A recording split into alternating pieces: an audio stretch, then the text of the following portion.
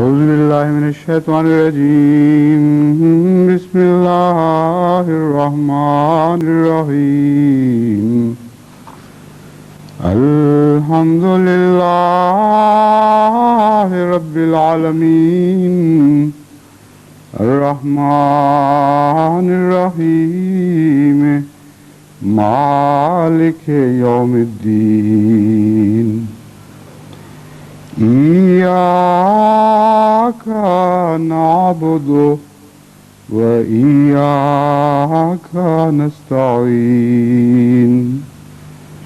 اهدنا الصراط المستقيم. صراط الذين أنعمت عليهم.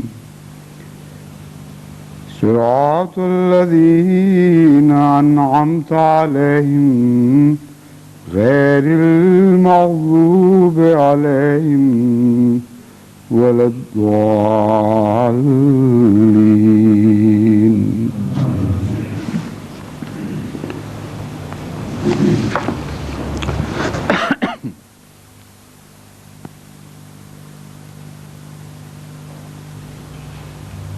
As we were discussing last time, جیسا کہ ہم پہلے بات کر رہے تھے، ایاک نعبد و ایاک نستعین کی جو دعا ہے وہ ہمیں ایک ہدایت کی طرف لے کر جاتی ہے، اور وہ ہے صراط مستقیم۔ مستقیم کے لفظ کو اچھی طرح سمجھنا ضروری ہے تاکہ آپ صراط مستقیم کی اہمیت کو پوری طرح سے سمجھ سکیں اور اس کے جو نقصانات یا جو فوائد ہیں جو اس سے جڑے ہیں انہیں سمجھ سکیں، یعنی المستقیم۔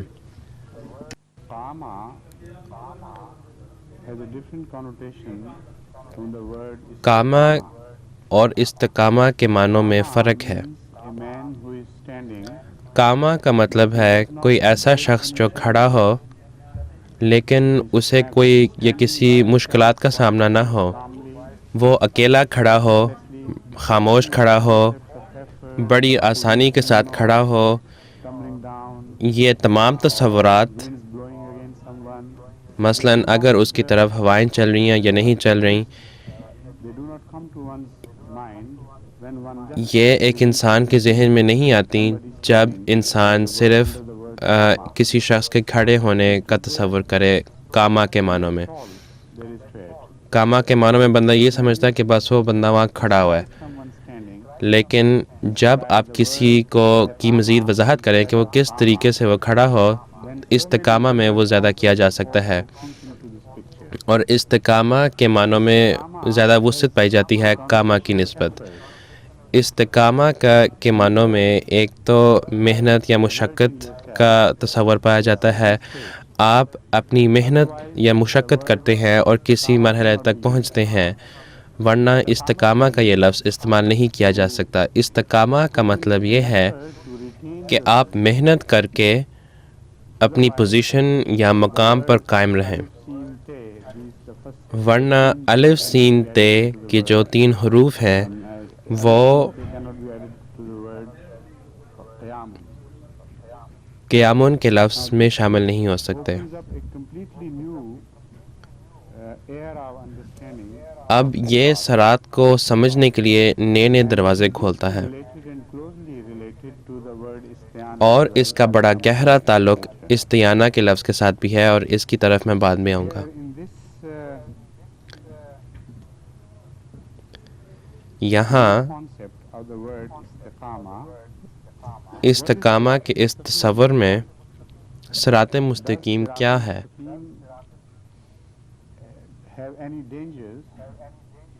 کیا صراط مستقیم میں کوئی نقصانات ہیں؟ مستقیم میں کوئی نقصانات ہیں؟ کیا کوئی ایسی طاقتیں ہیں جو اس سیدھے راستے کو متاثر کر کے اسے موڑ رہی ہیں؟ یہ وہ خیال یا تصور ہے جو ابھر کر سامنے آتا ہے، اور اسی طرح قرآن کریم اس کو پیش کرتا ہے۔ صراط مستقیم کوئی سیدھی سڑک نہیں ہے، اور جو خود بخود سیدھی رہے اور جسے سیدھا رکھنا کسی کوشش کے ذریعے ضروری نہیں ہے۔ صراط مستقیم ایک ایسی سڑک ہے جس کی طرف مسلسل توجہ دینی چاہیے اور دینا ضروری ہے، اس کی حفاظت کرنا بھی ضروری ہے، ورنہ وہ سڑک خود بخود مڑ جائے گی اور بھٹک جائے گی۔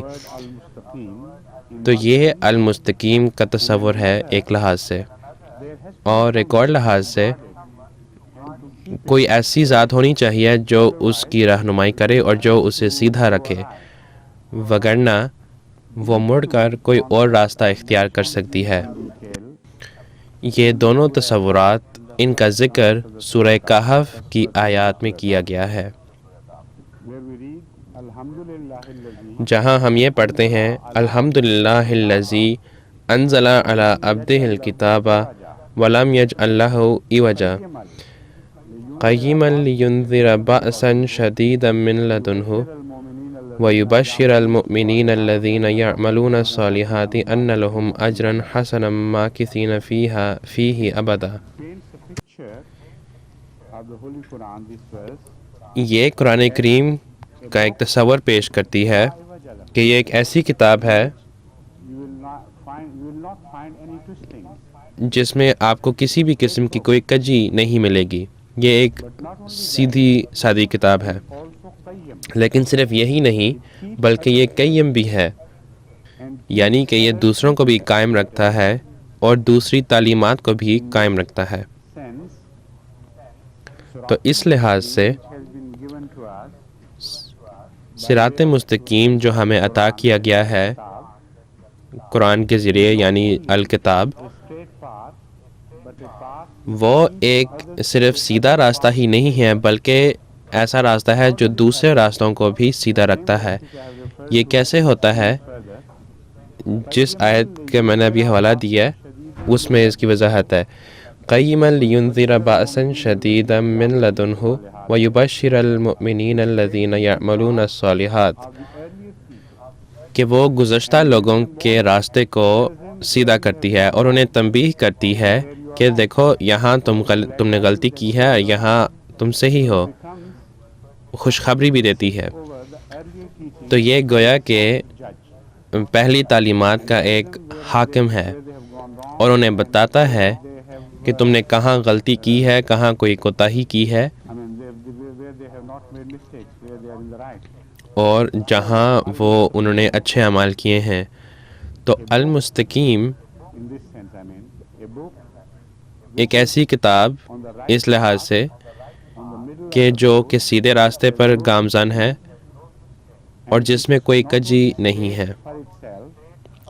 اور یہ صرف اپنے لیے ہی سیدھا نہیں ہے بلکہ اس میں یہ خاصیت بھی ہے کہ جو گزشتہ راستے تھے جو ٹیڑھے ہو گئے تھے انہیں بھی یہ سیدھا کرتا ہے۔ تو اس لحاظ سے قرآن کریم پہلی کتب کا حوالہ بنتا ہے اور پہلی کتب کا ازالہ پیش کرتا ہے، اور یہ گویا کہ پہلی تعلیمات کا ایک معیار قائم کرتا ہے۔ اس لحاظ سے جب آپ بائبل کی تعلیمات کو قرآن کریم کے بالمقابل دیکھیں اور آپ قرآن کریم کا بھی مطالعہ کریں اور ان کا موازنہ کریں، کیونکہ بعض تعلیمات جو بائبل میں مذکور ہیں وہ قرآن کریم میں بھی مذکور ہیں، پھر آپ کو پتہ چلے گا کہ المستقیم کا کیا مطلب ہے۔ اس کا مطلب یہ ہے کہ کوئی ایسا راستہ جو کہ ہمیشہ سیدھا رہے اور اس کی حفاظت ہو۔ تو یہ گویا کہ حوالہ جات کی ایک کتاب بن جاتی ہے ان کتب کے لیے جو پہلے نازل ہوئی ہوں۔ جہاں کہیں بھی وہ غلط راستے پر گئے ہوں، آپ المستقیم کا حوالہ دے سکتے ہیں جو کہ سیدھا ہے، اور پھر معلوم ہو جائے گا کہ پہلے لوگوں نے کہاں کوتاہی یا غلطی کی۔ اور یہ ہمیں یہ بھی بتلاتی ہے کہ وہ کتب جو پہلے نازل ہوئیں وہ غلط نہیں تھیں، ان میں بھی کوئی کجی نہیں تھی۔ قرآن کریم پہلی کتب کی تعلیمات کا حاکم ہے جو کہ بعد میں نکال دی گئی تھیں، لیکن وہ اس راستے کو جو اس وقت نازل ہوا اس کو تو سیدھا نہیں کرتا، کیونکہ وہ تو خود سیدھا ہے. تو وہ حضرت آدم علیہ السلام یا نوح علیہ السلام یا ابراہیم علیہ السلام یا جو دوسرے انبیاء تھے ان کے راستے کو تو سیدھا نہیں کرتا، کیونکہ وہ تو تھے ہی سیدھے. لیکن جب لوگوں نے ان کے راستے میں کجی پیدا کی اور تعلیمات ان کی تبدیل کی، پھر آپ قرآن کریم کو ایک معیار کے طور پر دیکھ سکتے ہیں، اور قرآن کریم میں ہمیشہ صحیح جواب آپ کو ملے گا، اور یہ آپ کو پتہ چلے گا کہ وہ کہاں انہوں نے کوئی غلطی کی. تو اس لحاظ سے المستقیم قیم بنتا ہے، صرف سیدھا ہی نہیں بلکہ وہ جو دوسروں کو بھی سیدھا کرتا ہے. اور یہ ایک ایسی خاصیت ہے جو خاص طور پر قرآن کریم میں پائی جاتی ہے، اور یہ قرآن کریم سے پہلے کسی اور تعلیم پر اطلاق نہیں پاتی. کیونکہ قرآن کریم میں اگر پہلی تعلیمات کا کوئی حوالہ ملتا ہے تو وہ المستقیم کے حوالے سے ملتا ہے، لیکن کبھی بھی کوئی ایسا حوالہ آپ کو نہیں ملے گا کہ وہ پہلی تعلیمات قیم بھی ہوں.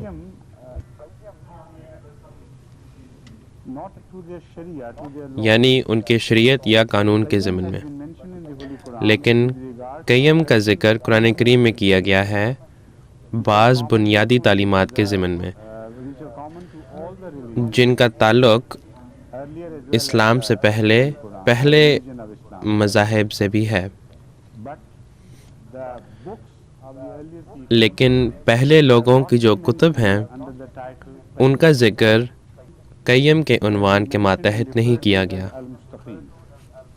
ان کا ذکر المستقیم کے ضمن میں کیا گیا ہے یا اس عنوان کے تحت. تو قرآن کریم ہی وہ واحد کتاب ہے جو آخرت تک قیم ہے ان تمام تعلیمات پر جہاں کہیں بھی وہ نازل ہوئی. اور اس لحاظ سے المستقیم کے لفظ میں ایک اضافی خاصیت بھی ہے جو کہ در حقیقت اس کے لفظ کے اپنے معنوں میں بھی پایا جاتا ہے، کیونکہ وہ چیز جو المستقیم ہو، جس کی حفاظت کی جائے، اس میں ہمیشہ ریفرنس کی خاصیت ہوتی ہے. جب کبھی آپ کسی اور چیز کو اس کے بالمقابل دیکھیں تو فوراً آپ کو پتہ چل جائے گا کہ یہ سیدھا ہے یا نہیں. تو اس لحاظ سے ظاہر ہے کہ ہر المستقیم میں قیم کا ایک انہیرنٹ معنی بھی پایا جاتا ہے. لیکن جب اس کا ذکر قرآن کریم کے بارے میں بڑے صاف اور بدیہی طور پر کیا گیا تو اس کا مطلب ہے کہ یہ کتاب اب چنا گیا ہے ایک قیم کے طور پر تمام دوسری تعلیمات اور کتب کے اوپر. اور اسی کا ذکر ایک اور صورت میں بھی کیا گیا ہے جہاں قرآن کریم ہمیں بتلاتی ہے کہ وہ تمام تعلیمات جو قیم تھیں وہ قرآن کریم میں شامل ہیں. تو یہ صرف عیسائیت کے لیے قیم نہیں ہے یا یہودیوں کے لیے قیم نہیں ہے، بلکہ یہ تمام مذاہب کے لیے جو کبھی بھی نازل ہوئی ہوں ان کے لیے قیم ہے. وہ آیت کیا ہے؟ فیہا کتب قیمہ.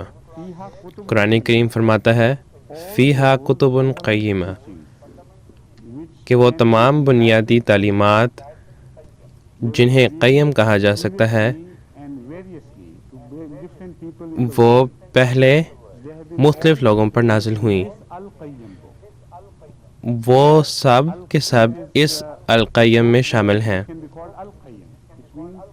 وہ ایک ایسی کتاب ہے جسے القیم کہا جا سکتا ہے، جس میں تمام وہ تعلیمات کا احاطہ کیا گیا ہے جنہیں قیم کہا جا سکتا ہے. تو اس لحاظ سے قرآن کریم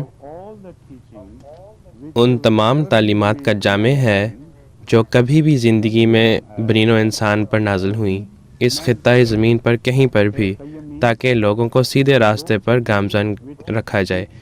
یہاں قیم کا مطلب کوئی ایسی کتاب یا تعلیم ہے جس کے ذریعے لوگوں کو سیدھے راستے پر قائم رکھا جائے اور ان کی مدد کی جائے کہ وہ استقامہ کو حاصل کریں، اور اس کا طریقہ یہی ہے کہ وہ سیدھے راستے کی پیروی کریں.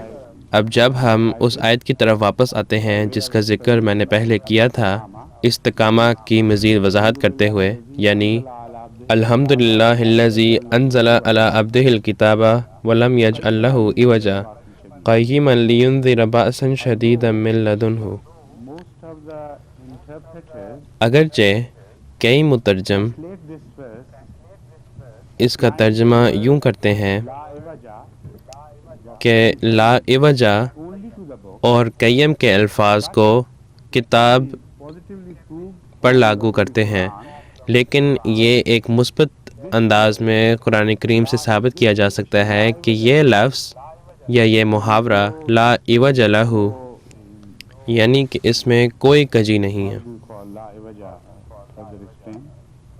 There is nothing crooked about it.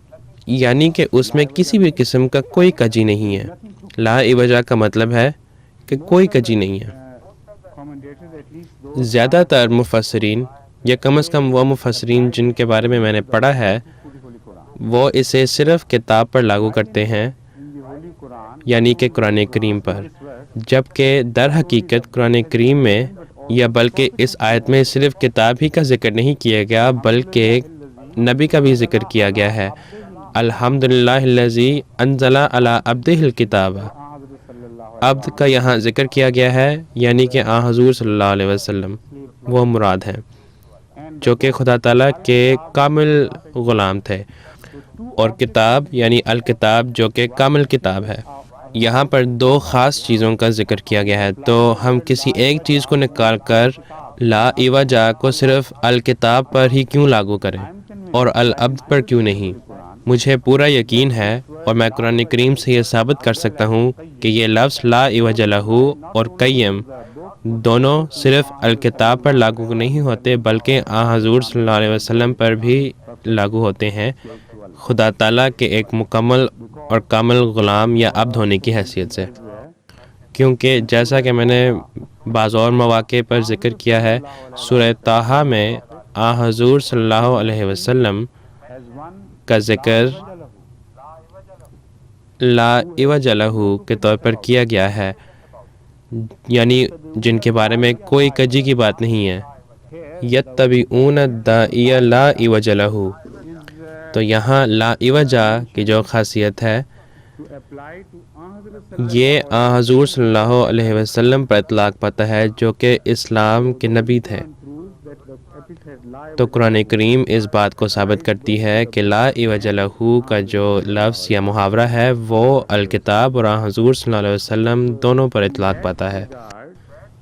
تو اس لحاظ سے جب ہم سورہ فاتحہ کی طرف واپس آتے ہیں اور صراط مستقیم کو سمجھنے کی کوشش کرتے ہیں، by the help of the following ہم اس کو بعد میں آنے والی آیت کے ذریعے زیادہ بہتر سمجھ سکتے ہیں، صراط الذین انعمت علیہم۔ تو معنی یہ ہوں گے کہ ہمیں ایک سیدھے راستے پر گامزن کر جو ٹیڑھا ہو سکتا ہے، لیکن تو اپنی الہی رہنمائی کے ذریعے اس کو سیدھا رکھتا ہے، اور وہ واحد راستہ جس کے متعلق یہ وعدہ ہے کہ وہ تمام بنین و انسان آخرت تک ہمیشہ سیدھا رہے گا اور سیدھا رکھا جائے گا ان لوگوں کی مدد سے جو اس راستے کی پیروی کرتے ہیں، Anamta alayhim here اور ان میں سے سب سے بہترین لوگ یہاں انعمت علیہم کا مطلب یہ ہے کہ وہ تمام لوگ جن پر تو نے اپنی نعمتیں اتاری، یعنی حضور صلی اللہ علیہ وسلم in his character. جو اپنے کردار میں بھی سیدھے سادے تھے، ان کے بارے میں کوئی کجی نہیں تھی، Like the book itself, جو کہ کتاب کی طرح ہیں، who has been ایک strengthened by you, سیدھے انسان like the جو تیرے ذریعے سیدھا کیا گیا ہے، جس طرح کے تعلیم تیرے ذریعے سیدھا کیا گیا ہے۔ یہ معنی ہمارے اوپر حضرت مسیح موعود علیہ الصلوۃ والسلام کے ذریعے رونما ہوا ہے، اور وہ ہمیں بتلاتے ہیں کہ جو عبدن کا لفظ ہے اس میں and being سیدھے ہونے کی خاصیت ہے اور بہتر بننے کی بھی خاصیت ہے، اور let me explain further. It's rather میں اس کی مزید وضاحت کرتا ہوں، یہ تھوڑا مشکل ہے اس کی وضاحت کرنا۔ gives us the picture. حضرت مسیح موعود علیہ الصلوۃ والسلام نے ایک تصور پیش کیا ہے The word abd اور عبد کا حوالہ دیا ہے۔ let me even before that, Hazrat Masih Maud بلکہ اس سے بھی پہلے حضرت مسیح موعود علیہ الصلوۃ والسلام فرماتے ہیں used the کہ عرب لوگ جو ہیں وہ اس محاورے کو استعمال کرتے ہیں طریقن معبدن یا طریقن معبدن، جس کا مطلب کوئی ایسا راستہ ہے جو کامل ہے۔ حضور فرماتے ہیں کہ دونوں استعمال کیے گئے ہیں، مورن اور طریق۔ حضرت مسیح موعود علیہ الصلوۃ والسلام نے دونوں الفاظ استعمال کیے ہیں، مورن معبدن اور طریقن معبدن، ایک ہی بات ہے۔ morum muabbadun تو عرب لوگ مورن معبدن یا طریقن معبدن کا محاورہ استعمال کرتے ہیں or to اس اظہار کے لیے picture of a path یا کسی راستے کا تصور پیدا کرنے کے لیے very extensively. جس پر بہت چلا گیا ہو یا بہت استعمال کیا گیا ہو۔ حضرت مسیح موعود علیہ الصلوۃ والسلام اس بات کو مزید آگے لے کر گئے ہیں اور وہ فرماتے ہیں Meant to be کہ یہاں path کوئی ایسا راستہ مراد ہے only trodden, جو نہ صرف استعمال کیا گیا ہو، نہ صرف اس کے اوپر چلا گیا ہو، بلکہ وہ اس قابل ہو کہ اس کے اوپر چلا جائے it's kept clean, it's تاکہ وہ all pitfalls, صاف ستھرا رہے، so it is just made fit تو for traveling. وہ صرف سفر کرنے کے لیے ہو۔ As the path which is تو muabbad, جیسے راستہ جو کہ معبد ہے qualities of اس میں یہ خاصیت ہے کہ وہ ہموار ہو اور اچھا ہو اور اس کی طرف توجہ کی جائے وغیرہ وغیرہ، تو عبد میں بھی یہ خصوصیات پائی جاتی ہیں۔ تو العبد یعنی حضور صلی اللہ علیہ وسلم been made level, انہیں سیدھا کیا گیا ہے، ہموار کیا گیا ہے، بہتر کیا گیا ہے، بے عیب بنایا گیا ہے۔ presenting him to وہ تمام بنی نوع انسان کے لیے ایک مثال ہیں، ایک کامل اور مکمل مثال ہیں۔ according to the تو یہاں عبد حضرت مسیح موعود علیہ الصلوۃ والسلام کے نزدیک حضور صلی اللہ علیہ وسلم پر اطلاق پاتا ہے اور اس میں وہی خصوصیات پائی جاتی ہیں جو ایک راستے کی ہیں، اور یہی میں آپ کے سامنے بیان کر رہا ہوں کہ جب ہم کہتے ہیں الحمدللہ الذی انزل علی عبدہ الکتاب ولم یجعل لہ عوجا، یہاں لفظ lam yaj'al lahu iwaja qayyiman لم یجعل لہ عوجا قیما لینذر بأسا شدیدا، یہ دونوں فکرے and the bring الکتاب one on whom اور اس ذات پر جو اس کتاب کو لایا جس پر وہ کتاب نازل کی گئی، یعنی حضور صلی اللہ علیہ وسلم پر اطلاق پاتی ہے۔ تو اس لحاظ سے ہمارے ذہن میں صراط مستقیم کا ایک تصور پایا جاتا ہے کہ وہ ایک سیدھا راستہ ہے جو بڑی محنت اور مشقت سے ہموار کیا گیا ہے، اور پہلے کی جتنی بھی نقصانات ہیں وہ دور کر دیے گئے ہیں اور اسے سیدھا رکھا گیا ہے، given is اور devoted to this path, اس راستے کی حفاظت ہمیشہ کی گئی ہے۔ whenever dangers appear on this path, اور جب کبھی بھی کوئی نقصانات اس راستے پر آئیں، کوئی ایسی ذات ہے جو اس راستے کے اوپر ہمیشہ نظر رکھ رہی ہے اور ان نقصانات کو دور کر رہی ہے، اس راستے کو ہموار رکھا جاتا ہے، یہ المستقیم ہے۔ اور اس راستے پر لوگ چلے ہیں وہ لوگ جو خدا تعالیٰ کی طرف سے المستقیم بنائے گئے، اور ان لوگوں کے لیے مثال بنے جنہوں نے ان کی آگے پیروی کرنی تھی اس راستے پر، اور ان میں سے تمام لوگ جن پر خدا تعالیٰ نے اپنے فیوز و برکات عنایت فرمائے، سب سے بڑا، سب سے بہترین، سب سے کامل وہ عبد کامل ہے، یعنی حضور صلی اللہ علیہ وسلم۔ وہ اس راستے کے سربراہ ہیں، straight in himself, اور وہ صرف خود ہی سیدھے سادے نہیں ہیں بلکہ وہ دوسروں کے اوپر بھی نظر رکھتے ہیں تاکہ انہیں بھی سیدھا رکھا جائے، اور اس لحاظ سے وہ صرف المستقیم نہیں بلکہ القیم بھی ہے۔ Holy Quran اور قرآن کریم کے مطابق is expressed in another way.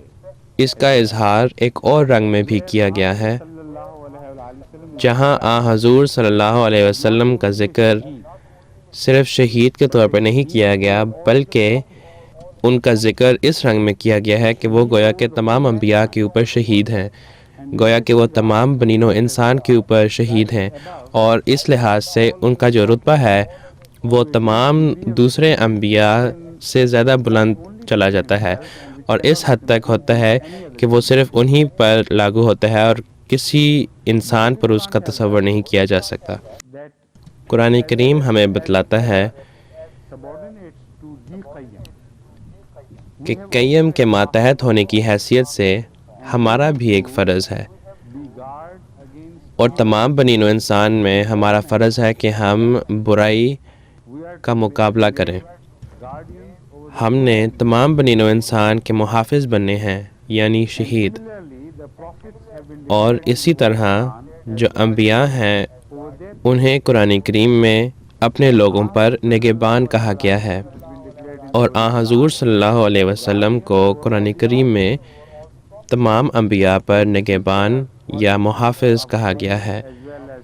تو یہ قیم کی ایک خاصیت ہے، اور شہید کی بھی خاصیت ہے، اور اس شخص کی بھی خاصیت ہے جو سیدھے راستے پر گامزن رہے، اور اسی کا ذکر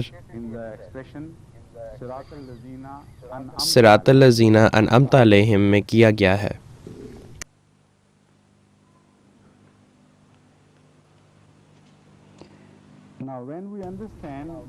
اب جب ہم المستقیم کو سمجھیں کہ وہ کیا ہے، تو ظاہر ہے کہ کچھ نہ کچھ انہیرنٹ ڈینجرز تو ہوں گے، جیسا کہ میں نے پہلے بھی اس کا ذکر کیا ہے۔ المستقیم ایک ایسا راستہ ہے جو مسلسل چاروں اطراف سے متاثر ہو رہا ہے، اور اس حد تک اس پر دباؤ پڑتا ہے کہ وہ ٹیڑھا ہو جائے، اور وہ لوگ جو اس راستے پر چلتے ہیں وہ بھی انہیں بھی ان مشکلات کا سامنا کرنا پڑتا ہے۔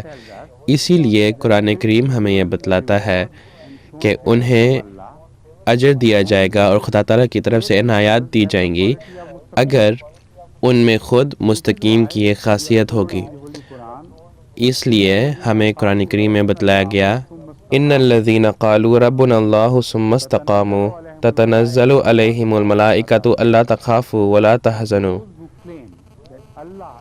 وہ لوگ جو یہ دعویٰ کرتے ہیں کہ خدا تعالیٰ ان کا رازق ہے اور ان کا رب ہے، ان کا خدا ہے، تو ان کے صرف اس دعوے سے انہیں کچھ نہیں ملتا، انہیں کوئی عنایات نصیب نہیں ہوتی۔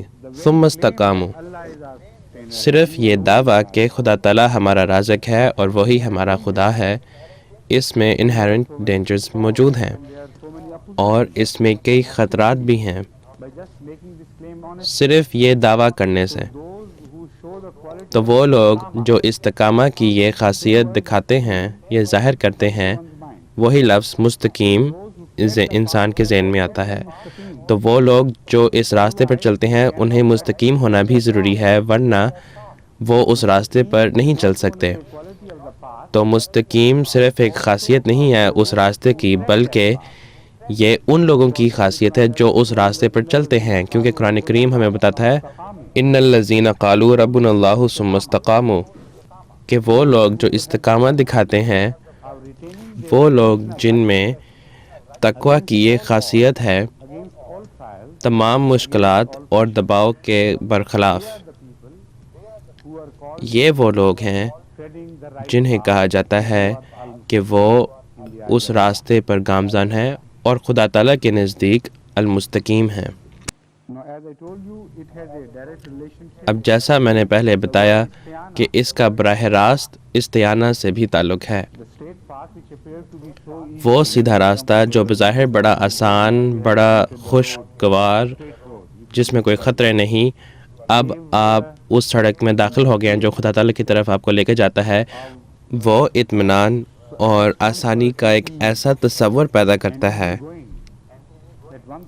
کہ کوئی انسان یہ سمجھ سکتا ہے کہ جب کوئی ایک مرحلے تک پہنچ جائے تو وہ گویا کہ اپنے مقصد کو پا چکا ہے، لیکن ایسا نہیں ہے۔ جب آپ اس سڑک کی مزید خصوصیات کی جانچ پڑتال کریں اور ان خصوصیات کو پرکھیں جن کا تقاضا کیا جاتا ہے کہ ان لوگوں میں پائی جائیں جو اس راستے پر گامزن ہوں، تو یہ پھر ایک بہت مشکل بات ہو جاتی ہے۔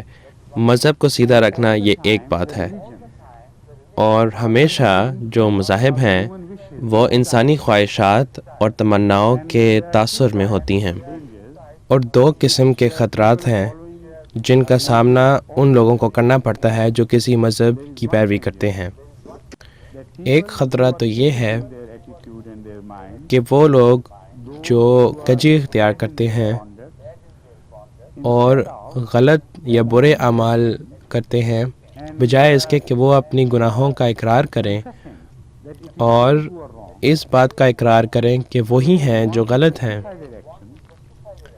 وہ اپنے اعمال کے لیے جواز پیش کرتے ہیں اور اس نتیجے میں غلط راستے پر چل رہے ہوتے ہیں، اور جواز پیش کرنے کی وجہ سے وہ سمجھتے ہیں کہ ہمارے اعمال اور ہمارے راستے میں کوئی تضاد نہیں ہے۔ تو یہ وہ طریقہ ہے جس سے لوگ تعلیمات کو بدلنے کی کوشش کرتے ہیں۔ اسی فنامنا کا ذکر سورہ فاتحہ میں کیا گیا ہے، اور یہ ایک ایسا فنامنا ہے جو آپ ہر زمانے میں دیکھیں گے اور ہر مذہب میں پائیں گے۔ مذاہب میں تبدیلیوں کی بنیادی وجہ جہاں وہ سیدھے نہیں رہ سکتے تھے، یہ ہے کہ ان لوگوں کا تاثر ہے جو کہ کجی اختیار کرتے ہیں، اور وہ اس راستے کو بھی ٹیڑھا ظاہر کرنے چاہتے ہیں تاکہ جو لوگ دیکھیں وہ یہ دیکھیں کہ گویا کہ ان کے عمل اور ان کے راستے میں کوئی تضاد نہیں ہے۔ تو جب کبھی بھی وہ کوئی گناہ کریں، وہ کہتے ہیں کہ یہی ہے جو خدا تعالیٰ نے ہمیں جس کا حکم دیا ہے، اور یہی وہ راستہ ہے جس کی ہم پیروی کر رہے ہیں۔ وہ کہتے ہیں کہ ہم متقی لوگ ہیں۔ تو یہ نام نہاد متقی لوگ جو عیسائیوں، یہودیوں اور مسلمانوں میں پائے جاتے ہیں، بڑی بدقسمتی کے ساتھ، جو کتاب کی تعلیمات کو مروڑتے ہیں، انہیں مستقیم نہیں کہا جا سکتا، بلکہ در حقیقت یہی وہ لوگ ہیں جو کہ الضالین کہلائے جاتے ہیں۔ وہ بظاہر اسی راستے پر گامزن ہیں، سیدھی سڑک پر ہیں، لیکن وہ ضالین اس لیے ہیں کہ وہ بظاہر اس راستے پر تو گامزن ہیں، لیکن در حقیقت وہ بھٹک چکے ہیں، ان کے دلوں میں کجی ہے، اور وہ تعلیمات کو بدلتے ہیں، انہیں مروڑتے ہیں۔ تو یہ وہ طریقہ ہے جس کے ذریعے بعض مذاہب برے طریقے سے متاثر ہوتے ہیں، اور دوسری بات یہ کہ بعض ایسے لوگ ہیں جو سچے ہیں اس حد تک کہ وہ تعلیمات کو تو بدلتے نہیں، لیکن وہ خود اس قابل نہیں کہ وہ اس مذہب کی تعلیمات کے عین مطابق چل سکے، اس لیے وہ خود تو گنہگار ہیں ہی، لیکن وہ کہتے ہیں کہ ہاں بھی ہم کوتاہیاں کرتے ہیں، لیکن بدقسمتی سے ایسا ہی ہے۔ غالب ہی ایسا ہی تھا، وہ کہتا تھا جانتا ہوں ثواب طاعت و زود، پر قویت درد نہیں آتی، یعنی کہ میں کیا کر سکتا ہوں، مجھے پتہ ہے کہ سیدھا راستہ کیا ہے، میں اس کو ٹیڑھا نہیں کروں گا، لیکن میرے اندر اتنی کجی ہے کہ میں اس کی طرف آ نہیں سکتا، اس کے مطابق چل نہیں سکتا۔ تو ظاہر ہے یہ لوگ گناہ گار تو ہیں، لیکن نسبتاً کم ہیں، ضالین کی نسبت کم ہے۔ تو اس کے لیے آپ کو مدد کی ضرورت ہے، اور مدد بھی اس طریقے سے کہ آپ خدا تعالیٰ سے طلب کریں کہ وہ کوئی مجدد بھیجے تاکہ وہ اس راستے کو دوبارہ ٹھیک کرے اور سیدھا بھی کرے، اور ایسے مجدد بھیجے جو اپنی مثال پیش کریں اور ہمیں بتلائیں کہ حقیقی طور پر صحیح راستے پر گامزن ہونے کا کیا مطلب ہے، اور انفرادی طور پر بھی آپ کو مدد کی ضرورت ہے تاکہ اپنی عام زندگی میں جب راستہ سیدھا ہو اور آپ کو معلوم بھی ہو کہ وہ راستہ سیدھا ہے، بعض دفعہ انسانی کوتاہیاں ہو جاتی ہیں، اور بعض دفعہ انسان غلطیاں کرتا ہے، کوتاہیاں کرتا ہے، تو مسلسل طور پر انفرادی طور پر بھی ہمیں خدا تعالیٰ کی مدد کی ضرورت ہے. تو قبل اس کے کہ آپ اس راستے پر چلیں، خدا تعالیٰ نے آپ کو ایک تنبیہ کی ہے، ایاک نعبد و ایاک نستعین. یہ وہ دعا ہے جو ہمیں سکھلائی گئی. وہ فرماتا ہے کہ تم اس راستے پر چلو لیکن کامل عجز و انکساری کے ساتھ. بظاہر یہ ایک سیدھا راستہ ہے اور آپ کے لیے اس کے اوپر چلنا آسان ہے، لیکن ایسا نہیں ہے. یہ راستہ سیدھا تو ہے لیکن اس کو سیدھا رکھا جانا بھی ضروری ہے، اور اس کے لیے ہم آپ کو متنبہ کرتے ہیں کہ آپ اس راستے پر اگر داخل ہوتے ہیں تو مکمل اور کامل عجز و انکساری کے ساتھ داخل ہونا ہے اور خدا تعالیٰ کی ہمیشہ مدد طلب کرتے رہنا ہے. اور یہ وہ استعانہ ہے جس کی ضمانت اسلام کی خاطر دی گئی ہے، یعنی کہ ایک خدا تعالیٰ کی ایک مسلسل نظر اور اس کا ایک اصلاح کرنے کا مسلسل نظام، جس کا ذکر قرآن کریم میں کیا گیا ہے خلافہ کے ذریعے، اور حضور صلی اللہ علیہ وسلم کی احادیث میں بھی اس کا ذکر کیا گیا ہے تجدید یا مجددیت کے لفظ کے ذریعے. قرآن کریم اور حضور صلی اللہ علیہ وسلم کی تعلیمات میں کوئی تضاد نہیں ہے. یہ ہمیشہ یاد رکھنا. جب آپ اسے ہمیشہ یاد رکھیں گے تو خلافہ اور تجدید کے درمیان جو بظاہر تضاد نظر آتا ہے وہ دور ہو جاتا ہے. در حقیقت تمام مجددین خلفاء ہیں. وہ خلیفہ کے لقب یا خطاب کے تحت آتے ہیں، یعنی جو حضور صلی اللہ علیہ وسلم کے پیروکار ہیں، جنہوں نے انہیں روحانی طور پر ورثے میں پایا اور جنہوں نے ان کی نمائندگی کی اپنے زمانوں میں، اپنے لوگوں میں. تو یہ ہے مجددیت. لیکن یہ جو مجددیت ہے اس میں عارضی پہلو پایا جاتا ہے. یہ آتا ہے اور جاتا ہے، آتا ہے اور جاتا ہے. تو یہ خلافت علی منہاج النبوت نہیں ہے جس میں ایک دائمی خاصیت پائی جاتی ہے. تو اگرچہ مجددیت خلافہ کے تحت آتا ہے، لیکن بہرحال وہ اس خلافت سے ایک امتیازی فرق رکھتا ہے، یعنی خلافت علی منہاج النبوہ. اور یہ ایک ایسی چیز ہے جو کبھی ختم نہیں ہوگی، یہ مسلسل رہے گی. اور جیسا کہ حضور صلی اللہ علیہ وسلم نے خود اس بات کی پیش گوئی فرمائی تھی، مجددیت میں یہ خاصیت نہیں پائی جاتی.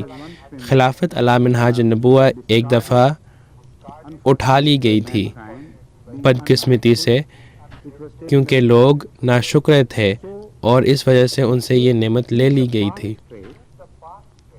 تو راستے کو سیدھا رکھنے کے لیے اور حضور صلی اللہ علیہ وسلم کی دعاؤں کو پورا کرنے کے لیے جو مسلسل خدا تعالیٰ کی مدد طلب کر رہے تھے، جب کبھی بھی وہ ایاک نستعین کہتے، خدا تعالیٰ نے مسلمانوں کو یہ نعمت عطا کی کہ باوجود اس کے کہ ایک دفعہ ایسا آیا کہ جب وہ ناشکرے بن گئے اور وہ اس قابل نہیں تھے کہ وہ خلافت کے اس انعام کو اپنے اندر رکھتے، جو کہ سب سے بہترین خلافت ہے، یعنی خلافت علی منہاج النبوہ. خدا تعالیٰ نے وعدہ کیا ہے کہ وہ اپنی یہ نعمت ان لوگوں میں بار بار عطا کرتا چلا جائے گا، اس مقصد سے کہ وہ حضور صلی اللہ علیہ وسلم کے اس راستے کی تجدید کرے جو بعد میں ان لوگوں کے ذریعے مروڑا جائے گا جو بظاہر اس کے اوپر چل رہے ہوں گے. اور وقتاً فوقتاً اس راستے کو سیدھا کرنا، ٹھیک کرنا، اس کی تجدید کرنا ضروری ہوگا.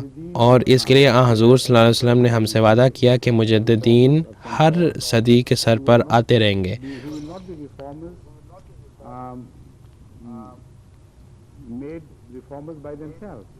وہ خود بخود تو مجدد نہیں بنیں گے، یا لوگوں کے ذریعے جھوٹے طور پر مجدد نہیں بنائے جائیں گے، بلکہ وہ کسی اور نوعیت کے مجدد ہوں گے، یعنی وہ ایسے مجدد ہوں گے جو خدا تعالیٰ کی طرف سے بھیجے جائیں گے. تو حضور صلی اللہ علیہ وسلم یہ وعدہ کرتے ہیں کہ یہ ایک ایسے وقت تک ہمیشہ رہے گا جب تک کہ مسیح موعود کا ظہور ہوگا اور امام مہدی کا ظہور ہوگا. پھر دوبارہ اس پیشگوئی کے مطابق ثم تکون خلافت علی منہاج النبوہ، پھر خلافت جس کا ذکر قرآن کریم میں کیا گیا ہے، جو سب سے بہترین انداز میں جس کا ذکر کیا گیا ہے، وہ رونما ہوگا، اور جن مجددین کا آپ سے وعدہ کیا گیا ہے وہ خلافت علی منہاج النبوہ کی شکل میں ظاہر ہوں گے، اور یہ مسلسل رہے گا۔ تو اس میں کوئی تضاد کی بات نہیں ہے۔ بعض احمدی لوگ یہ سوال اٹھاتے ہیں کہ مجدد اور خلافت کا آپس میں کیا تعلق ہے، اور جب ایک دفعہ خلافت کا نظام نافذ ہو جائے تو کیا مجددین بعد میں آئیں گے یا نہیں؟ وہ پوچھتے ہیں کہ حضور صلی اللہ علیہ وسلم کی اس پیش گوئی کا کیا ہوگا جس میں حضور نے فرمایا کہ ہر صدی کے سر پر ایک مجدد آئے گا۔ یہ تمام سوالات جو پیدا ہوتے ہیں وہ اس فنامنا کی سمجھ کی کمی کی وجہ سے ہے۔ انسان کو یہ بنیادی بات ہمیشہ یاد رکھنی چاہیے کہ قرآن کریم اور حضور صلی اللہ علیہ وسلم میں کوئی تضاد نہیں ہے، اور جب آپ اس بات کو سمجھیں گے تو پھر کبھی بھی کسی حدیث اور قرآن کریم کے آیات میں کوئی تضاد نہیں نظر آئے گا۔ تو یہ جو تصور ہے یہ غلط خیالات پر مبنی ہے۔ جو خلفاء ہیں وہ خود مجددین بھی ہیں، وہ اس پیش گوئی کو پورا کرتے ہیں، اور اگر خلفاء کی موجودگی کے باوجود کوئی خطرے کی بات ہے، مثلا کوئی کام اگر غلط ہو رہا ہو، تو ہر صدی کے آخر پر اس خلیفے کو خدا تعالی کی طرف سے خاص طاقتیں اور صلاحیتیں دی جائیں گی تاکہ وہ ان کاموں کو اچھی طرح سے سنوار سکے، اور اس طریقے سے وہ آیت الخلافہ کے مصداق ٹھہریں گے اور اس حدیث کے بھی مصداق ٹھہریں گے جس میں مجددیت کا ذکر ہے۔ تو ان دونوں میں کوئی تضاد کی بات نہیں ہے، اور یہی صراط مستقیم ہے جس کا وعدہ ہمیں سورہ فاتحہ میں دیا گیا ہے۔ اس رات ایک ایسا راستہ ہے جو آپ کے لیے ہمیشہ سیدھا رکھا جائے گا اور آخرت تک سیدھا رکھا جائے گا خدا تعالیٰ کے فضل کے ساتھ۔ صرف یہ ایک تنبیہ ہے کہ آپ کے لیے ضروری ہے کہ آپ ہمیشہ خدا تعالیٰ کے حضور دعائیں کرتے رہیں اور عز و انکساری کے ساتھ دعا کرتے رہیں، وگرنہ یہ خطرہ ہمیشہ رہے گا کہ آپ اس کے ذمہ دار ہوں کہ آپ اس راستے کو مروڑ دیں یا اس میں کجی ڈالیں اپنی کجی کی وجہ سے۔ تو آپ کو یہ دعا مانگنی چاہیے کہ وہ آپ کو بھی سیدھا رکھے تاکہ آپ اس قابل ہوں کہ آپ اس سیدھے راستے پر چل سکیں اور اس راستے پر کوئی منفی تاثر نہ ڈالیں، کوئی خطرے کا باعث نہ بنے۔ جیسا کہ بعض گاڑی چلانے والے ہوتے ہیں جو غیر ذمہ دارانہ طور پر گاڑیاں چلاتے ہیں، وہ لوگ جو گاڑیاں چلاتے ہیں وہ بعض دفعہ اس سیدھے راستے پر خطرات کے باعث بنتے ہیں، اور وہ بعض دفعہ اس سیدھے راستے کو ٹیڑھا کرنے کی کوشش کرتے ہیں۔ وہ بعض دفعہ فینس میں اپنی گاڑی کو مار دیتے ہیں اور ایک نیا گویا کے راستہ بنا لیتے ہیں اور ایک قسم کی الجھن پیدا کر دیتے ہیں۔ یہ ڈکے کا نظام ہے جس کا ذکر بہت زیادہ الفاظ استعمال کرنے کے بغیر المستقیم میں شامل ہے، ایک ایسا راستہ جو محنت اور مشقت کے ذریعے جسے سیدھا رکھنا ضروری ہے، یہ المستقیم ہے۔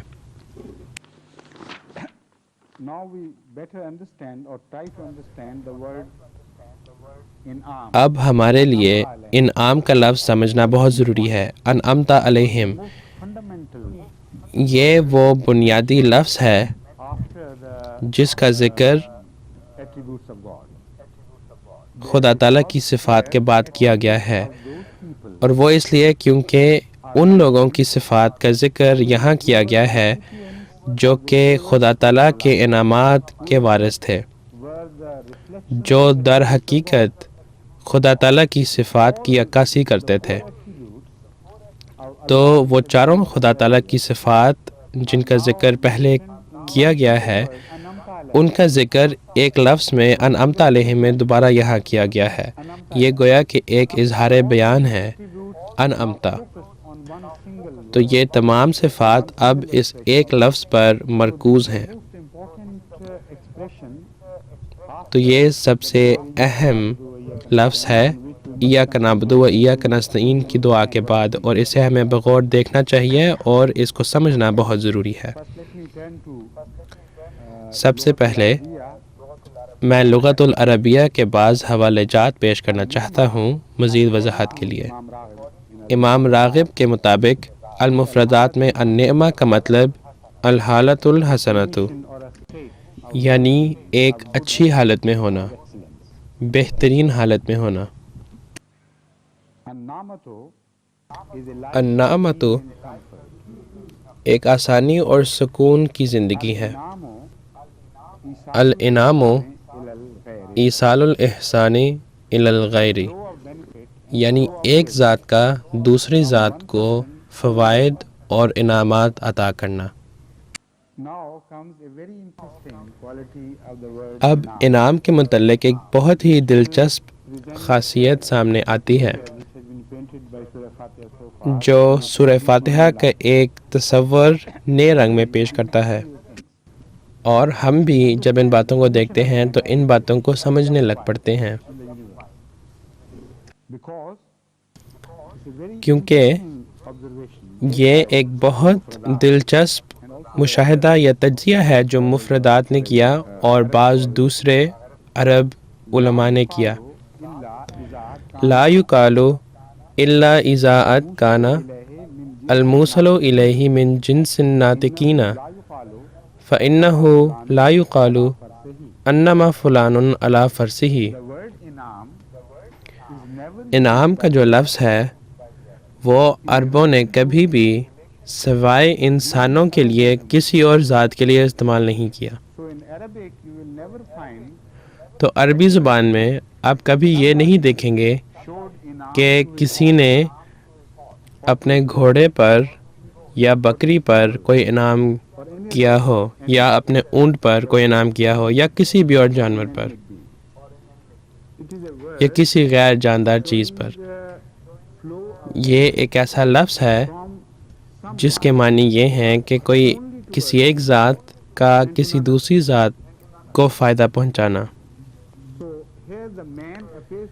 تو یہاں انسان گویا کہ مرکزی حیثیت رکھتا ہے اس لحاظ سے کہ وہ خدا تعالیٰ کے انعامات کا وارث ہے، اور انسانیت کا جو مسئلہ ہے یا جو تخلیق کا مسئلہ ہے وہ بالکل حل ہو جاتا ہے، کیونکہ سورہ فاتحہ ہمیں بتلاتی ہے کہ صراط الذین انعمت علیہم، تو ہمیں ان لوگوں کا راستہ دکھا جن پر تو نے انعام کیا۔ اور جب آپ انعام کا مطالعہ کریں قرآن کریم کے حوالے سے اور اس پیش گوئی کی ضمن میں کہ یہ لفظ صرف انسان پر ہی اطلاق پا سکتا ہے اور کسی پر اطلاق نہیں پا سکتا، پھر آپ قرآن کریم کی ان آیات کو سمجھ سکتے ہیں جن میں نعمہ کا ذکر کیا گیا ہو کسی بھی شکل میں۔ قرآن کریم ہمیں بتلاتا ہے کہ 3 قسم کے نعمہ ہیں۔ نعمہ کی ایک قسم یہ ہے کہ وہ انعامات جو خدا تعالیٰ کی طرف سے دنیاوی طور پر ہے، اور نعمہ کے اس قسم میں قرآن کریم تمام اشیاء کو شامل کرتا ہے جو پیدا ہوئی ہوئی ہیں، اس میں سے کوئی چیز نہیں چھوڑتا۔ تو ہم قرآن کریم میں دیکھتے ہیں کئی جگہوں پر اس کا ذکر ملتا ہے، لیکن میں نے سورہ لقمان سے ایک آیت نکالی ہے جو کہ 21ویں آیت ہے۔ الم تروا ان اللہ سخر لکم ما فی السماوات و ما فی الارض واسبغ علیکم نعمہ ظاہرۃ و باطنہ ومن الناس من یجادل فی اللہ بغیر علم ولا ھدی ولا کتاب منیر۔ یعنی کیا تم نے غور نہیں کیا کہ اللہ نے تمہارے لیے مسخر کر دیا ہے جو بھی آسمانوں میں ہے اور جو زمین میں ہے، وہ اسبغ علیکم نعمہ ظاہرۃ و باطنہ، اور اس نے مکمل طور پر یا کامل طور پر اپنی نعمتیں اپنی نعمتیں تم پر ظاہر کی ہیں، ظاہرۃ و باطنہ، جنہیں تم دیکھ سکتے ہو یا وہ بھی جنہیں تم نہیں دیکھ سکتے، ظاہری طور پر بھی اور باطنی طور پر بھی۔ بعض ایسی انعامات ہیں جنہیں آپ دیکھ سکتے ہیں اور آپ کو پتہ ہے کہ یہ انعامات ہیں، اور بعض ایسے انعامات ہیں جن کا آپ پوری طور پر تصور نہیں کر سکتے، لیکن وہ انعامات بہرحال ہوں گے، تاکہ دنیا میں کوئی بھی ایسی چیز نہیں رہے گی جو آپ کے لیے انعام کے طور پر نہ ہو۔ تو پوری کائنات یعنی آسمانوں اور زمین اور جو کچھ ان دونوں میں ہے، وہ چاہے ظاہری طور پر آپ کو انعامات نظر آئیں یا نہ آئیں، یا اگر آپ اس فلسفے کو نہ سمجھ سکیں اور انہیں انعامات نہ سمجھیں، تو پھر بھی یہ قرآن کریم کا ایک دعویٰ ہے کہ وہ تمام چیزیں انعامات ہی ہیں، اور یہ انعامات تمام بنین و انسان کی خاطر بنائی گئی ہیں، کیونکہ انعام کسی اور چیز پر اطلاق نہیں پا سکتا سوائے انسان کے۔ تو اس کا مطلب ہے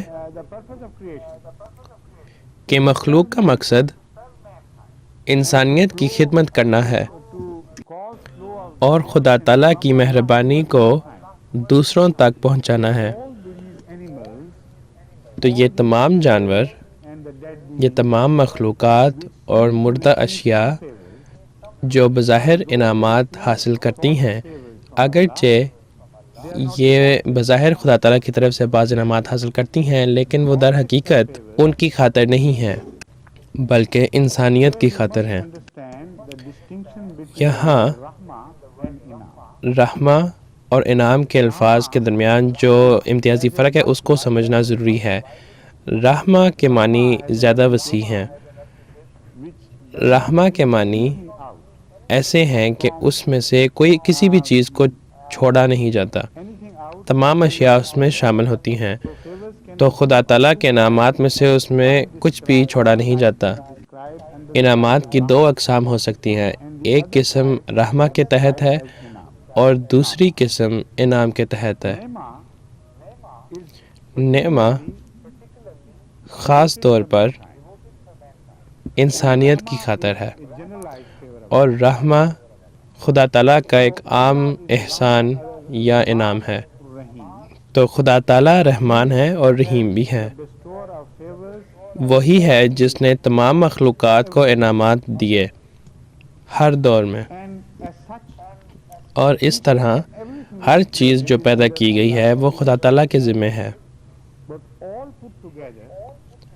لیکن اگر ان تمام چیزوں کو اکٹھا کیا جائے تو یہ گویا کہ خدا تعالیٰ کی طرف سے انسان کے لیے ایک انعام ہے۔ تو پیدائش کا مقصد انسانیت کی خدمت کرنا ہے۔ اب یہاں میں آپ کو یاد دلانا چاہتا ہوں حضور صلی اللہ علیہ وسلم کے خطاب یا لقب کے بارے میں، جو کہ وہ شخص ہیں جن پر سب سے زیادہ انعامات نازل ہوئے، انعمت علیہم سب سے زیادہ ان پر اطلاق پاتا ہے۔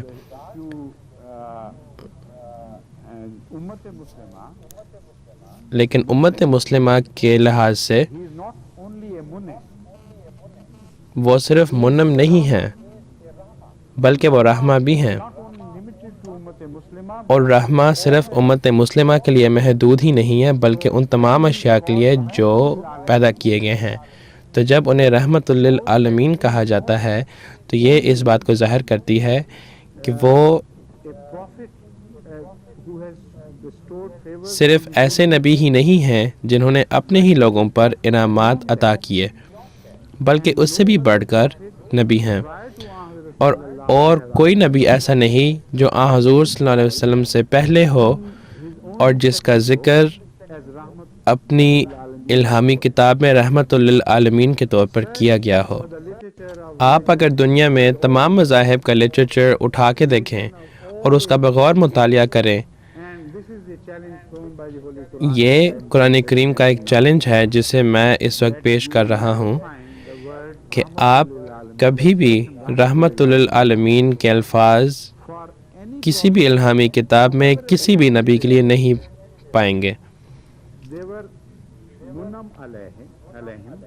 وہ منعم علیہم ضرور تھے، whatever favor اور اس طرح from Allah, جو انعامات خدا تعالیٰ نے انہیں عطا کیے وہ صرف انہی کے لوگوں کے لیے تھا، اس میں کوئی شک کی بات نہیں ہے، not representatives of Allah's Rahman, لیکن وہ خدا تعالیٰ کی رحمانیت کے نمائندگان نہیں تھے، کیونکہ وہ اس بات کا تقاضا کرتی ہے apply to this کہ ان کی کوئی حدود نہ ہوں، وہ لامحدود ہوں۔ declared as representative of جب Rahman, کسی شخص کو رحمانیت کا نمائندگان سمجھا جائے تو اس کے جو انعامات ہیں وہ صرف ایک ہی طبقے کے لیے مخصوص نہیں ہو سکتے، کسی ایک خاص دور کے لیے مخصوص نہیں ہو سکتے، اور وہ صرف بنی نوع انسان کے لیے رحمہ نہیں ہو سکتا بلکہ اس کے لیے تمام جانوروں کے لیے بھی رحمہ ہونا ضروری ہے، اور صرف جانور ہی نہیں بلکہ غیر جاندار اشیاء کے لیے بھی رحمہ ہونا ضروری ہے۔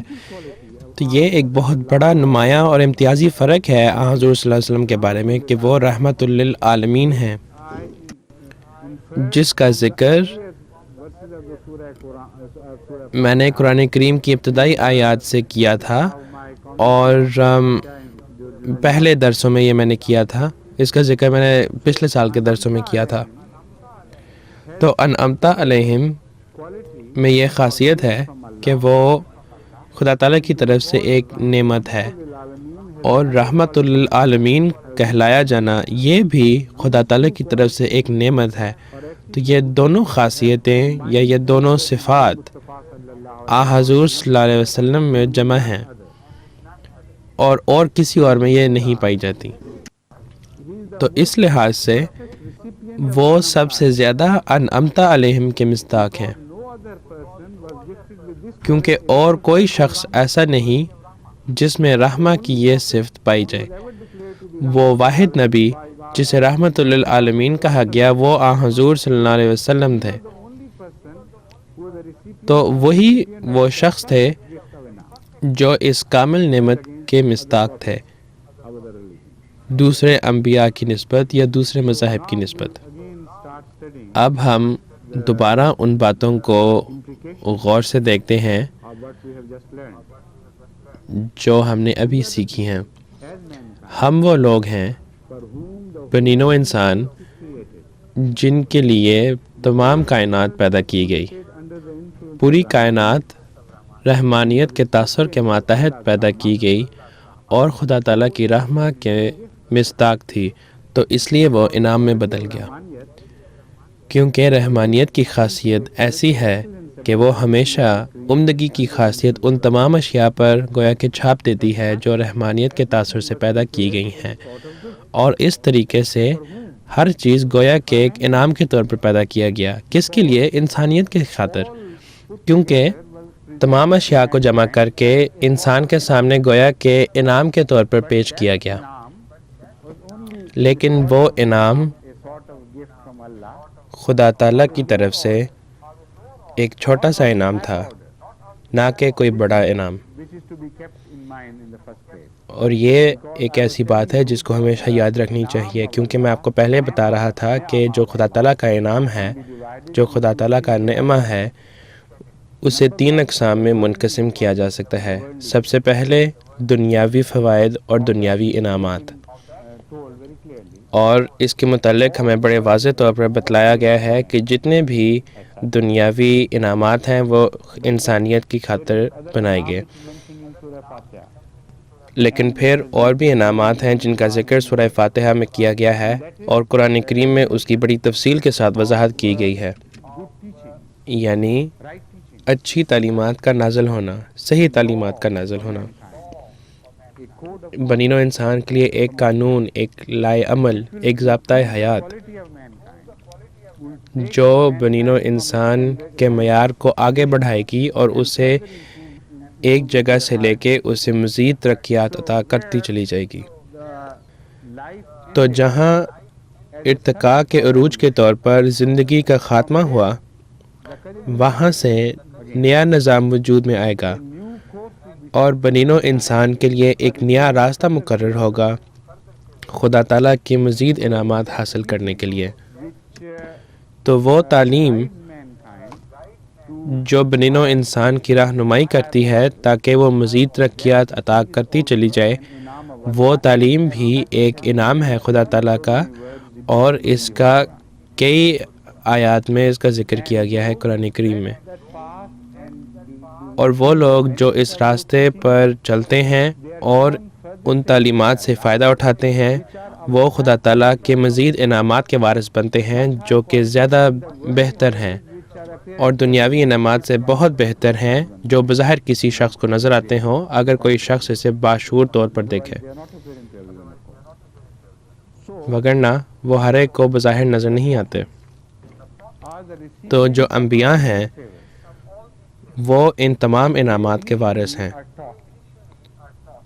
وہ بنیادی طور پر سکھائے جاتے ہیں یا ان پر وہ راستہ ظاہر کیا جاتا ہے یا اس راستے کے حقیقی معنی یا اس تعلیمات کے حقیقی معنی ظاہر کیے جاتے ہیں، اور یہی وہ لوگ ہیں جو سب سے زیادہ فائدہ ان تعلیمات سے اٹھاتے ہیں، اور اس نتیجے میں وہ خدا تعالیٰ کی سب سے بہترین انعامات کے وارث بنتے ہیں.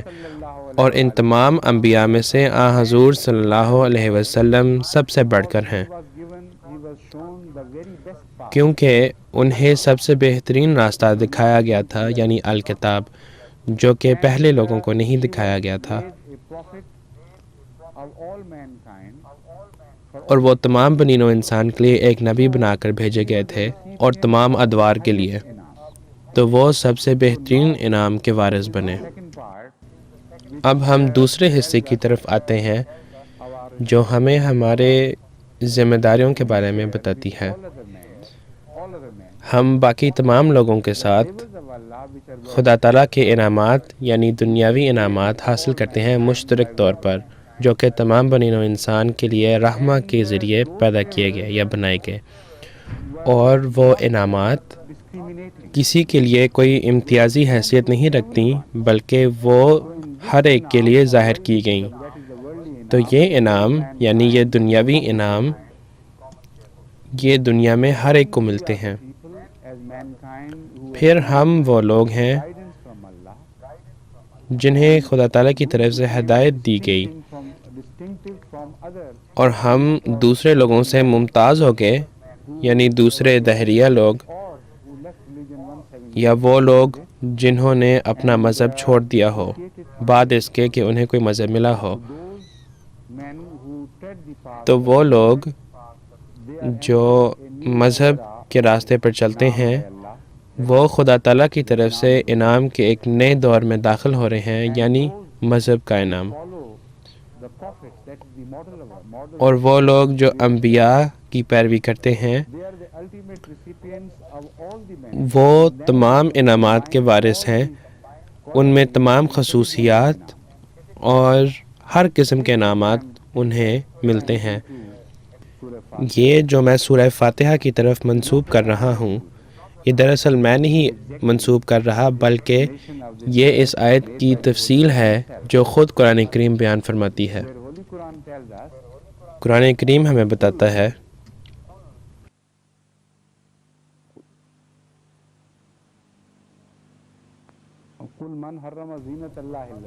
قل من حرم زینت اللہ التی اخرج لعبادہ والطیبات من الرزق قل ہی للذین آمنوا فی الحیاۃ الدنیا خالصۃ یوم القیامہ. قرآن کریم ہمیں بتاتا ہے قل من حرم زینت اللہ التی اخرج لعبادہ. یہاں عباد کا لفظ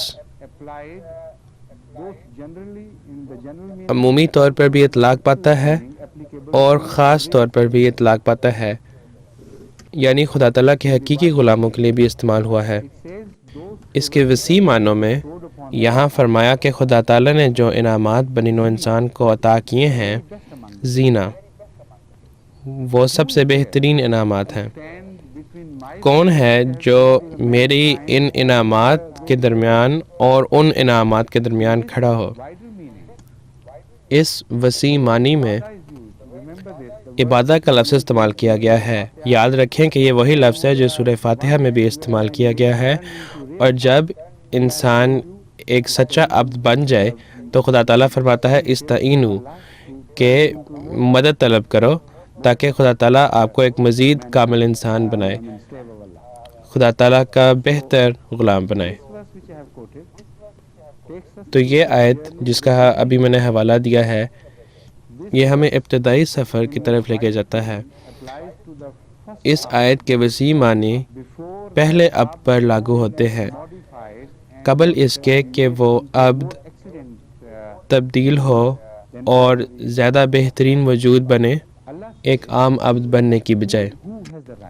اللہ فرماتا ہے کہ کسے حق ہے کہ وہ میری انعامات کے سامنے کھڑا ہو، اور انسان جو ہے جس کے لیے میں نے تمام چیزیں مہیا کیں یا پیدا کیں اور سب سے بہترین چیزیں ان کے لیے پیدا کیں، تو اس وسیع معنی میں وہ تمام لوگ جو دوسرے لوگوں کو اپنے جینے کے حق سے محروم کرتے ہیں، اور وہ لوگ جو استحصال کے ذریعے دوسرے لوگوں کو خدا تعالیٰ کی عنایات سے محروم رکھتے ہیں، یہ ایسے لوگ ہیں کہ ان پر خدا تعالیٰ کا غضب نازل ہوگا، اور جو کوئی خدا تعالیٰ کے راستے سے لوگوں کو روکے گا وہ مغضوب علیہم کے ماتحت آئے گا۔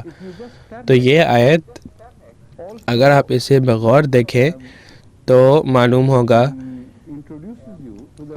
کہ یہ مغضوب علیہم کے اوپر بھی روشنی ڈالتی ہے۔ مغضوب کون ہیں؟ وہ لوگ جو خدا تعالیٰ کی عنایات کے راستے سے دوسروں کو روکتے ہیں، جن کے لیے وہ عنایات بنائی گئی ہیں۔ اب یہ ایک عام معنی ہے، اور مغضوب کا معنی بھی ایک عام طریقے سے ترجمہ اس کا کیا جائے گا۔ وہ لوگ جو خدا تعالیٰ کی عنایت سے دوسروں کو محروم رکھنے کی کوشش کرتے ہیں، وہ مغضوب بن جاتے ہیں، ان پر لوگوں کا غضب نازل ہوتا ہے، اور خدا تعالیٰ کا جو قدرتی نظام ہے اس کے ذریعے ان لوگوں کی پکڑ ہوتی ہے اور انہیں سزا دی جاتی ہے، عالمی جنگوں کے ذریعے اور ایسی تنظیموں کے ذریعے جو کہ انتقام لینے یا بدلہ لینے پر مبنی ہیں۔ تو کیپٹلسٹس اور ایکسپلائٹرز وہ سمجھتے ہیں کہ ہم آزاد ہیں اور ہمیں کچھ نہیں ہوگا، لیکن سورہ فاتحہ کے مطابق یہ عنایات، یہ انعامات تمام بنی نوع انسان کے لیے ہیں۔ انسان ان انعامات کے وارث ہیں، اور جو کوئی اس راستے میں رکاوٹ پیدا کرنے کی کوشش کرے گا وہ مغضوب بن جائے گا۔ اگر کوئی شخص ان انعامات کے راستے میں کوئی رکاوٹ پیدا کرنے کی کوشش کرے جن کا ذکر قرآن کریم میں عمومی طور پر کیا گیا ہے، تو ایسے لوگ عمومی طور پر مغضوب بن جائیں گے۔ وہ لوگ جو مذاہب کے راستے میں رکاوٹیں پیدا کرتے ہیں وہ بھی مغضوب کے ماتحت آئیں گے، لیکن وہ زیادہ شدید ہوگا، یعنی کہ خدا تعالیٰ کا جو غضب ہوگا وہ زیادہ شدید ہوگا۔ وہ صرف لوگوں کے مغضوب نہیں ہوں گے بلکہ وہ خدا تعالیٰ کے بھی مغضوب ہوں گے۔ باؤ بغضب من اللہ ومن الناس، ومن الناس کا بھی ذکر کیا گیا ایک آیت میں۔ مجھے وہ معین آیات یاد نہیں آ رہی، لیکن ان میں بہرحال یہ ذکر بھی ہے کہ بعض ایسے لوگ ہیں جو خدا تعالیٰ کے غضب کے مستحق ہوں گے اور لوگوں کے غضب کے بھی مستحق ہوں گے۔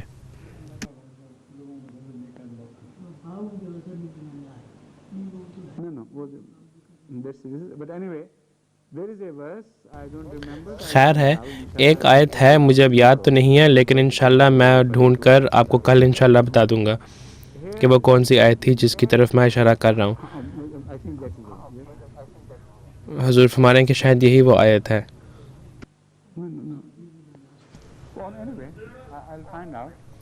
حضور فرماتے ہیں کہ چلیں خیر ہے، میں پتہ کرتا ہوں کہ وہ کون سی آیت ہے، لیکن اصل بات یہ ہے کہ جس طرح نعمہ کا لفظ اس میں جس طرح کی وسعت ہے اسی طرح غضب کے معنوں میں بھی وسعت پائی جاتی ہے. جیسا کہ نعمہ کا لفظ جو ہے وہ ہماری توجہ ایک خاص طبقہ کے لوگوں کی طرف مرکوز کرتی ہے، تو اسی طرح مغضوب کے لفظ میں بھی یہی خاصیت پائی جاتی ہے. تو 3 قسم کے مغضوب علیہم ہیں اور 3 قسم کے منعم علیہم ہیں سورہ فاتحہ کے مطابق. بعض ایسے لوگ ہیں جو منعم علیہم ہیں دنیاوی لحاظ سے، انہیں خدا تعالیٰ کی طرف سے دنیاوی انعامات حاصل ہیں اور کسی کو کوئی حق نہیں کہ وہ انہیں ان دنیاوی انعامات سے محروم رکھیں. خدا تعالیٰ کا قانون، خدا تعالیٰ کی پکڑ اس پر آئے گی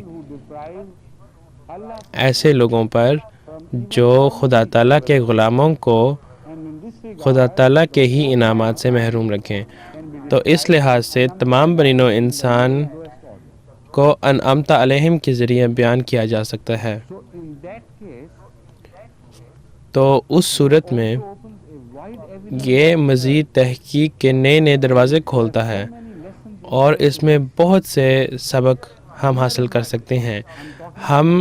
ہمیں دعویٰ دیا گیا ہے، اور میں انعمت علیہم کے سب سے عام معنی کے بارے میں بات کر رہا ہوں کیونکہ میں نے قرآن کریم کے حوالے سے اس بات کو ثابت کیا ہے اور مزید ثابت کروں گا کہ نعمہ کا جو لفظ ہے وہ صرف مذہبی انعامات کے لیے نہیں ہے بلکہ دنیاوی انعامات کے لیے استعمال کیا گیا ہے. تو اس لحاظ سے یہ اس کے وسیع معنی ہوں گے، اور ہماری توجہ اس بات کی طرف دلائی گئی ہے کہ ہم کو بنی نوع انسان کی تاریخ، لوگوں کی تاریخ کا مطالعہ کرنا چاہیے. اور اگر ہم چاہتے ہیں کہ ہم دنیاوی مفاد حاصل کریں یعنی خدا تعالیٰ کا نعمہ، تو پھر ضروری ہے کہ ہم ان لوگوں کا کردار اور ان لوگوں کا طرز زندگی کا مطالعہ کریں جنہوں نے یہ مفاد حاصل کیے اور انہوں نے کیا کام کیے، انہوں نے کن کام سے اجتناب کیا، اور ضروری ہے کہ ہم ان سے بھی اپنا سبق حاصل کریں. مثال کے طور پر آج کل کے زمانے میں مغربی لوگ خدا تعالیٰ کے دنیاوی انعامات کے وارث ہیں. خدا تعالیٰ ہمیں بتلاتا ہے، سورہ فاتحہ ہمیں خاص طور پر بتاتا ہے کہ ان لوگوں نے یہ انعامات ایسے ہی بغیر کسی محنت اور مشقت کے انعامات حاصل نہیں کیے. وہ ایک راستے پر ایک خاص طریقے سے چلے اور انہوں نے بڑی محنت اور مشقت کی. تو اگر آپ کی نظریں ان انعامات کی طرف ہیں تو پھر ان لوگوں سے سیکھیں جنہوں نے آپ سے پہلے یہ چیزیں حاصل کی ہیں، اور یہ اس بات کو ظاہر کرتی ہے کہ انہوں نے جو کچھ پایا وہ کمایا اور بڑے خاص طریقے سے اس کو انہوں نے حاصل کیا. تو آپ کو ان ذرائع کا مطالعہ کرنا چاہیے، یا مغربی یا مشرقی ممالک کے طرز زندگی کا بھی مطالعہ کرنا چاہیے. مثال کے طور پر جاپنیز کو ہی لے لو، وہ بھی انعمت علیہم کے مصداق ہیں اور وہاں انہوں نے ترقیات حاصل کی ہیں، اس میں کوئی شک کی بات نہیں ہے. اور انہوں نے صنعت کے بھی طور طریق سیکھے ہیں، اور یہی وہ لوگ ہیں جن کا ذکر سورہ کہف میں بھی کیا گیا ہے، الذین ضل سعیہم فی الحیاۃ الدنیا. انہوں نے صرف دنیاوی مفاد حاصل کرنے کی کوشش ہی نہیں کی بلکہ انہوں نے اس راہ میں اپنی تمام زندگیاں گویا کہ وقف کر دیں، یعنی ان دنیاوی مفاد کو حاصل کرنے کے لیے. تو اس لحاظ سے ان کے بڑے اچھے نتائج نکلے. یحسبون انہم یحسنون صنعا، اب وہ سمجھتے ہیں اور شاید درست سمجھتے ہیں کہ وہ صنعت کاری میں کمال دکھا سکتے ہیں. صنعا سے یہاں مراد صنعتی کام ہے، اور اگر امت مسلمہ چاہتی ہے کہ وہ اپنا سبق حاصل کرے تو وہ ان لوگوں سے سبق حاصل کر سکتی ہے، کیونکہ جب تک آپ کے سامنے کوئی مثال نہیں، کسی بھی چیز کو مکمل طور پر سیکھنا مشکل ہے. کچھ حد تک تو بندہ سیکھ سکتا ہے، لیکن بڑی دیر کے بعد وہ چیزیں جو پہلے سے ہی حاصل ہو چکی ہیں ان کے لیے دوبارہ نئے سرے سے محنت اور مشقت کرنا اس کی کوئی ضرورت ہی نہیں ہے. یہ بڑی عجیب سی بات ہے کہ thing has already been discovered. آپ کسی چیز کو نئے سرے سے دریافت کرنے کی کوشش کریں جبکہ اس کی دریافت پہلے سے ہو چکی ہے. کیوں نہ اسی چیز سے فائدہ حاصل کریں جو پہلے دریافت ہو چکی ہے. اسی لیے حضور صلی اللہ علیہ وسلم نے اس بات کی مذمت کی ہے کہ آپ اچھائی کا انکار کریں جدھر بھی آپ اسے پائیں، Different people then صرف اس لیے کہ کچھ اور لوگوں نے اسے اپنایا ہے جو آپ سے مختلف ہیں. tells us and guides us very positively. حضور صلی اللہ علیہ وسلم ہمیں بتاتے ہیں اور ہماری رہنمائی کرتے ہیں. آپ فرماتے ہیں الحکمت ضالۃ للمؤمن، Like a lost property, یعنی کہ کوئی بھی حکمت کی بات if the wisdom وہ گویا کہ کسی مومن کی کھوئی ہوئی ملکیت ہے. among those who اگر حکمت the wisdom ضالین میں بھی آپ کو ملے، can never be turned into, یعنی ان لوگوں میں جو کہ غلط راستے پر بھٹک چکے ہیں، you cannot تو وہ حکمت ایسی کوئی چیز تو نہیں ہے جس کا انکار کیا جا سکتا ہو. come from a lowly حکمت کی باتوں کا کبھی انکار نہیں کرنا چاہیے صرف اس لیے کہ وہ نچلے لوگوں سے آیا ہے یا وہ آپ کے دشمن یا مخالف لوگوں کی طرف سے آیا ہے. and Surah Fatiha اسے اپنی ملکیت کی طرح اپناؤ. اور سورہ فاتحہ میں respect to us. اس کی وضاحت بڑی تفصیل کے ساتھ کی گئی ہے Follow the path of those کہ آپ صرف ان لوگوں کے راستے کی پیروی نہیں کرتے جنہوں نے خدا تعالیٰ کی طرف سے کوئی انعامات کسی بھی قسم کے حاصل کیے ہوں. کوئی امتیازی فرق نہیں کیا گیا خدا تعالیٰ کے دنیاوی انعامات میں اور اس کے دوسرے انعامات میں، لیکن خدا تعالیٰ سے دعا ضرور کریں، اس کی مدد ضرور طلب کریں کہ وہ آپ کی رہنمائی اس راستے پر کرے اور وہ آپ کو ان باتوں کو سیکھنے کی بھی توفیق عطا کرے اور آپ کو طاقت اور استقامت عطا کرے examples of those, تاکہ آپ کمال درجے تک پہنچ سکیں but this is اور ان لوگوں کی مثال کے پیچھے چلیں جنہوں نے یہ انعامات حاصل کیں. یہ انعام کے لفظ کا سب سے عام معنی ہے، the meaning which is known to لیکن بدقسمتی سے stop their یہ وہ معنی ہے جو تمام دنیا جانتی ہے gain the same verse اور وہ اسی پر بس کر لیتے ہیں. which is in پھر سے وہی آیت جس کا میں نے پہلے ذکر کیا تھا جو سورہ کہف میں ہے الذین ضل سعیہم فی الحیات الدنیا. yes exactly I'm coming to this now. حضور فرماتے ہیں کہ میں ابھی اسی بات کی طرف آ رہا ہوں They are a favor alone کیونکہ پہلے should not have been mentioned. میں نے خالی انعام کا ذکر ہی کیا تھا Bringing to focus تو اس لیے اس وقت اس بات کا ذکر نہیں آیا، لیکن اب میں اس پہلو کو غور سے دیکھوں گا کہ اگرچہ وہ لوگ خدا تعالیٰ کے انعامات طلب کرتے تھے، بے شک وہ دنیاوی امور کے لیے تھے، وہ بنیادی طور پر غلط تو نہیں تھا، لیکن اپنی تمام تر زندگی ان اشیاء کے لیے وقف کر دینا یہ غلط ہے. یہ سمجھنا کہ آپ کی زندگی کا مقصد ہی یہی ہے یہ غلط ہے. انہیں اعلیٰ مقاصد حاصل کرنے کے لیے پیدا کیا گیا تھا as the best, اور ان کے زندگی کے اس سفر میں انہیں یہ سب حاصل کر لینا چاہیے تھا، not as an object. یہ ترقیات حاصل کر لینی چاہیے تھیں. They have lost the purpose of their creation and they have انہوں نے در حقیقت اپنے زندگی کے مقصد کو نہیں سمجھا of the worldly favor اور وہ صرف دنیاوی انعامات حاصل کر کے مطمئن ہو چکے ہیں، اس لیے انہیں سزا دی جائے گی. to عبادی من دونی اولیاء. افحسب الذین کفروا ان یتخذوا عبادی من دونی اولیاء، یہ دراصل اسی مضمون کے تسلسل میں ہے، World of Surah لیکن یہ ہمیں Al-Quran, a new avenue. So I'm intentionally leaving this out. القرآن کے نئے نئے معنوں کی طرف لے کے جائے گی. We don't تو میں جان بوجھ کے اسے چھوڑ رہا ہوں search every new which کیونکہ ہمارے پاس اتنا وقت نہیں ہے in our way کہ ہم سورہ فاتحہ کو مزید سمجھنے کے اس سفر پر ہر ایک بات کی گہرائی میں جائیں. to understand Surah Fatiha and you travel on this route. جب آپ سورہ فاتحہ کو سمجھنا شروع کرتے ہیں اور آپ اس سفر کا آغاز کرتے ہیں تو بہت سی باتیں سامنے آتی ہیں، بہت سے گویا کہ نئے نئے دروازے کھلتے چلے جاتے ہیں، This is the Maghdubi alayhim door and this is the اور آپ ان پر ایک سرسری نظر تو کر سکتے ہیں کہ مثلا یہ مغضوب علیہم کا دروازہ ہے، یہ ضالین کا دروازہ ہے، یہ انعمت علیہم کا دروازہ ہے، لیکن اگر آپ ان راستوں پر سفر کرنا شروع کریں، ان دروازوں سے داخل ہونا شروع کریں، تو یہ ایک نہ ختم ہونے والا سفر بن جائے گا. آپ اگر ایک دروازے سے گزریں گے تو وہ اتنا لمبا سفر ہوگا کہ وہ چلتا چلا جائے گا اور چلتا چلا جائے گا، اور آپ سورہ فاتحہ کا پورا احاطہ نہیں کر سکیں گے، اس کو پورے طور پر نہیں سمجھ سکیں گے جیسے کہ میں آپ کو اس وقت سمجھا رہا ہوں. تو وہ آیت جس کا میں نے پہلے ذکر کیا تھا، اس میں دو باتیں سامنے آتی ہیں. سب سے پہلی بات یہ کہ اگر آپ دنیاوی انعامات حاصل کرنے کی کوشش میں لگ جائیں تو آپ کو ان سے محروم نہیں رکھا جائے گا، کیونکہ قرآن کریم ہمیں یہ بتلاتا ہے کہ کسی کو کوئی حق نہیں کہ وہ کسی اور کو ان انعامات سے محروم رکھے. تو پھر خدا تعالیٰ آپ کو ان سے محروم کیوں رکھے گا اگر آپ ان کی کوشش کر رہی ہیں؟ لیکن انہیں اپنی زندگی کا مقصد نہ بنائیں اور یہ نہ سمجھیں کہ دنیا میں سب کچھ یہی ہے انسانی پیدائش کے لیے. یہ انعامات ہیں لیکن صرف اس لیے کہ تاکہ آپ کی رہنمائی مزید انعامات کی طرف ہو. وہ لوگ جو صرف دنیاوی انعامات حاصل کرنے کے پیچھے لگ جاتے ہیں، وہ خدا تعالیٰ کی طرف سے ہلاک کیے جائیں گے اور ان پر خدا تعالیٰ کا غضب نازل ہوگا.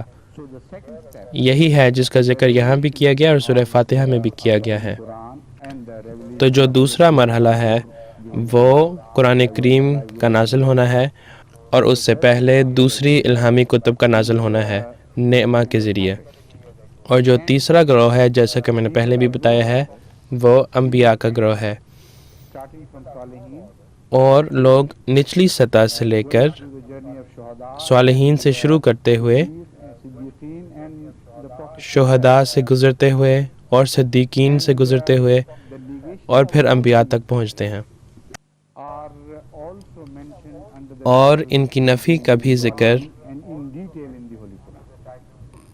مغضوب اور ضالین کے ماتحت کیا گیا ہے اور بڑی تفصیل کے ساتھ قرآن کریم میں کیا گیا ہے. تو ہم ان کو ایک ایک کر کے ان کے بارے میں بات کریں گے. سب سے پہلے ہم ان لوگوں کے بارے میں بات کریں گے جن کے متعلق انعمت علیہم کہا گیا ہے.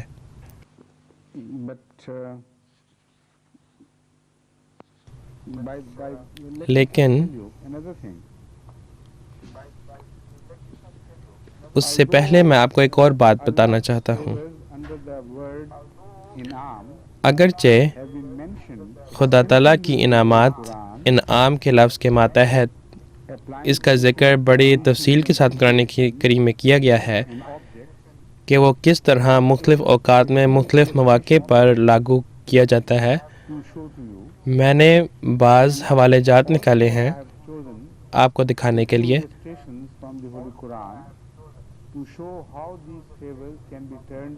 اور قرآن کریم سے بھی بعض حوالہ جات نکالے ہیں یہ دکھانے کے لیے کہ یہ انعامات غضب اور ضلالہ میں کیسے تبدیل ہو سکتے ہیں.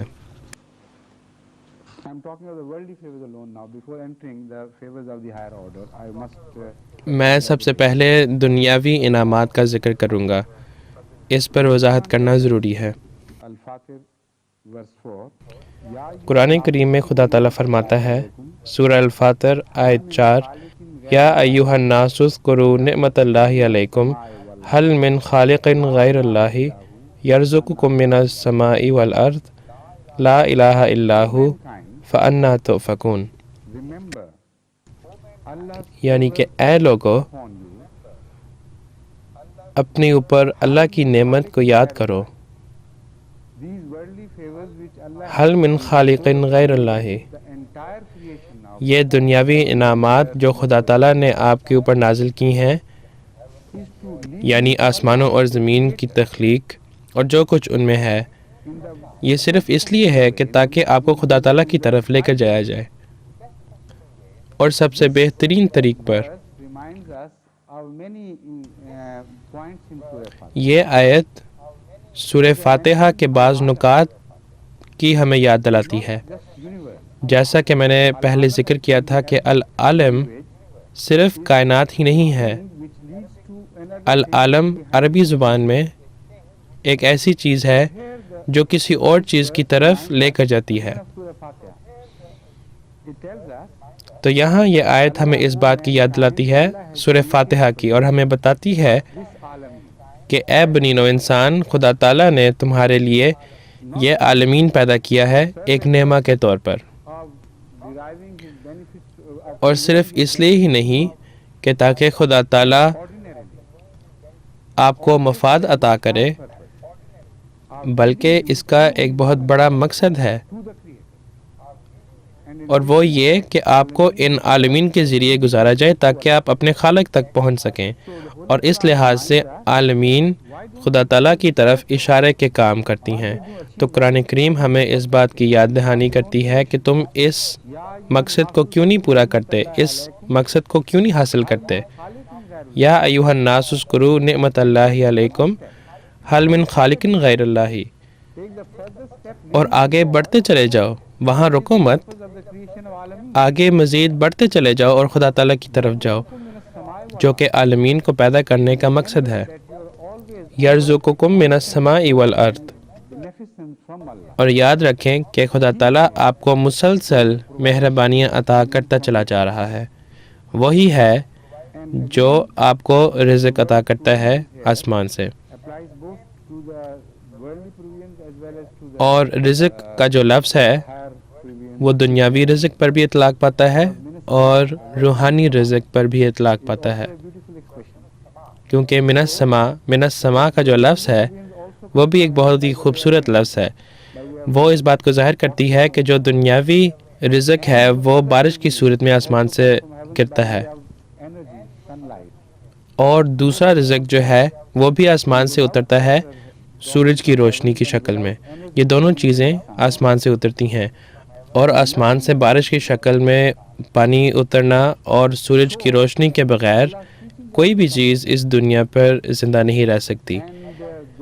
تو خدا تعالیٰ کی تعلیمات بھی آسمان سے آتی ہیں، اور وہ لوگ جو آپ کی مدد کرتے ہیں کہ آپ سب سے زیادہ ان تعلیمات سے مفاد حاصل کریں، وہ بھی آسمان سے آتی ہیں. حضور صلی اللہ علیہ وسلم کا ذکر قرآن کریم میں اس طور پہ کیا گیا ہے کہ خدا تعالیٰ نے انہیں نازل کیا ہے آسمان سے. تو قرآن کریم کی یہ آیت ہمیں یاد دلاتی ہے کہ یہ جو نعمہ ہے صراط الذین انعمت علیہم آپ کے لیے اس لیے بنائی گئی کہ تاکہ آپ کھلی آنکھوں کے ساتھ راستے پر چل سکیں اور آپ خود نتیجے نکال سکیں، اور تاکہ آپ ان نشانات کو پڑھ سکیں جو آپ الذین انعمت علیہم کے راستے پر دیکھیں، اور راستے کی اس بظاہر خوبصورتی میں کھو نہ جائیں، بلکہ یہ جان لیں کہ یہ تمام چیزیں جو ہیں یہ کسی ذات نے پیدا کی ہیں، اور بڑی محنت و مشقت کی گئی ہے اس میں، اور بڑی دقتیں اٹھائی گئی ہیں. وہ لوگ جو اس راستے پر چلے ان کی چاروں اطراف سے مخالفت ہی مخالفت ہوئی، اور ان کو بہت مشکلات کا سامنا کرنا پڑا. تو یہ مفاد جو آپ کو دیے گئے ہیں ان کا ایک بہت بڑا مقصد ہے، اور یہ کوئی ایسی چیز تو نہیں ہے جو کہ بغیر کسی محنت اور مشقت کے پیدا کیا گیا ہو یا کسی قربانی کے بغیر پیدا کیا گیا ہو.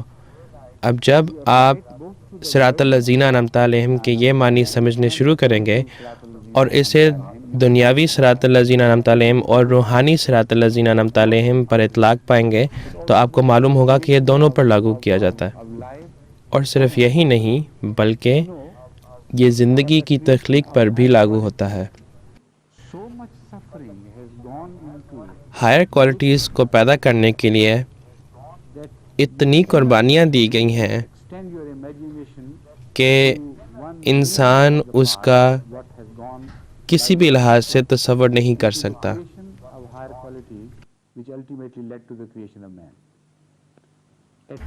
جو بنیادی طور پر انسان کی تخلیق کی طرف لے کر گیا.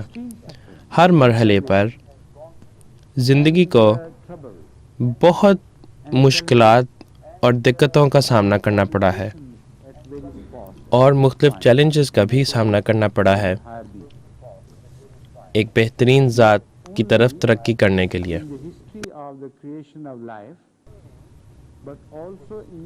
صرف زندگی کی تخلیق میں ہی نہیں بلکہ For the creation تمام مخلوقات میں اور ہر فنامنا میں یہی ہوا ہے. apparently کسی ایک بچے کے پیدا کرنے میں لاکھوں سپرم سیلز بظاہر ضائع ہوتے ہیں، لیکن وہ ضائع نہیں ہوتے، انہیں قربان کیا جاتا ہے. ایک قانون نافذ کیا گیا ہے کہ تاکہ سب سے بہترین سپرم سیل انڈے تک پہنچ سکے، یعنی وہ جو سب سے طاقتور اور صحت مند ہے، and people tread the تو path اس ہائر کوالٹی کی خاطر ان کی قربانی ہوتی ہے.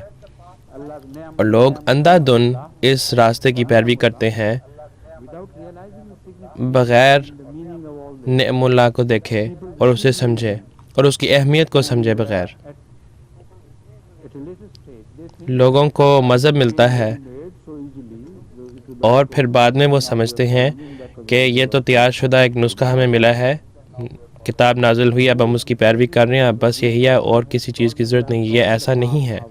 صراط الذین انعمت علیہم. They offered extreme جو لوگ صراط الذین انعمت علیہم کے راستے پر گامزن ہوئے، انہوں نے بہت سی قربانیاں دیں to achieve what is the best, اور پھر not without. وہ اس قابل بنے So کہ وہ tells us مذہب میں جو سب سے بہترین چیز ہے اس کو حاصل کر سکیں. the path تو یہ آیت ہمیں بتاتی ہے کہ ضروری ہے کہ ہم اس راستے پر چلیں، یعنی صراط الذین انعمت علیہم کے راستے پر کھلے آنکھوں کے ساتھ، the phenomena behind اور ہر مرحلے پر اپنا نتیجہ نکالیں for this phenomenon. اور اس فنامنا کو دیکھیں And if جس کا ذمہ دار وہ خالق ہے. this journey اور اگر that creator, then it is the صراط الذین یہ سفر mentioned in Surah Fatiha. اس خالق کی طرف ہمیں لے جائے تو پھر یہ صراط الذین انعمت علیہم ہے، جو کہ سورہ فاتحہ میں جس کا ذکر کیا گیا ہے، ورنہ یہ صراط الذین انعمت علیہم نہیں ہے، پھر یہ صراط المغضوب علیہم ولا الضالین بن جاتا ہے. The entire phenomena of nature is described as inam. قدرت کا تمام فنامنا انعام کے طور پر اس کی وضاحت کی گئی ہے. الم تر ان الفلک تجری فی البحر بنعمت اللہ لیریکم من آیاتہ. There also کیا تو نے غور نہیں کیا کہ سمندر میں کشتیاں اللہ کی نعمت کے ساتھ چلتی ہیں؟ now not an object in itself. لیریکم من آیاتی، To Allah, کوئی ایسا انعام نہیں جو اکیلا ہی ہے، بلکہ ایک ایسا انعام جو خدا تعالیٰ کی طرف، اس کے نشانات کی طرف اور اس کے مزید انعامات کی طرف لے کے جاتا ہے. another favor. تو خدا تعالیٰ کا ہر ایک نعمت گویا کا ایک اور نعمت کے پیچھے چھپا ہوا ہوتا ہے. Become مغضوب اور ظالم. اگر آپ بظاہر پہلے نعمت پر رک جائیں، If you پھر آپ مغضوب یا ضالین بن جاتے ہیں اس غلطی کی بنا پر جو آپ نے کیا ہو. لیکن اگر آپ مزید آگے سفر کرتے چلے جائیں، journey in which پھر وہ صراط الذین انعمت علیہم ہے جو کہ ایک لامحدود سفر ہے، اور وہ آپ کو بنیادی طور پر خدا تعالیٰ کی طرف ہی لے کر جائے گا. ہر قدم خدا تعالیٰ کی طرف اور اس کے اندر لے کر جائے گا. یہ دونوں الفاظ یعنی اس کی طرف جانا اور اس کے اندر جانے کا ذکر قرآن کریم میں ہے. الذین جاہدوا فینا، یہ ہمیں بتاتی ہے کہ آپ کا جو سفر ہے وہ ایک مقصد کی طرف نہیں ہے صرف جس کو آپ نے حاصل کرنا ہے for which you are only promised. اور جس کا آپ کو وعدہ دیا گیا ہے، Has a dual بلکہ آپ کے سفر میں دو باتیں پائی جاتی ہیں. یہ ایک ایسا سفر ہے کہ فینا، main ہمارے اندر your objects continue. آپ مسلسل اپنے مقاصد حاصل کرتے چلے جا رہے ہیں ہمارے ساتھ، اور آپ بار بار ہماری طرف متوجہ ہوتے ہیں، یعنی کہ ہمارے متعلق مزید فہم و ادراک حاصل کرتے چلے جا رہے ہیں اور خدا تعالیٰ کا ایک مکمل اور کامل تصور پیدا کر رہے ہیں. تو باقی کا انشاءاللہ کل کریں گے.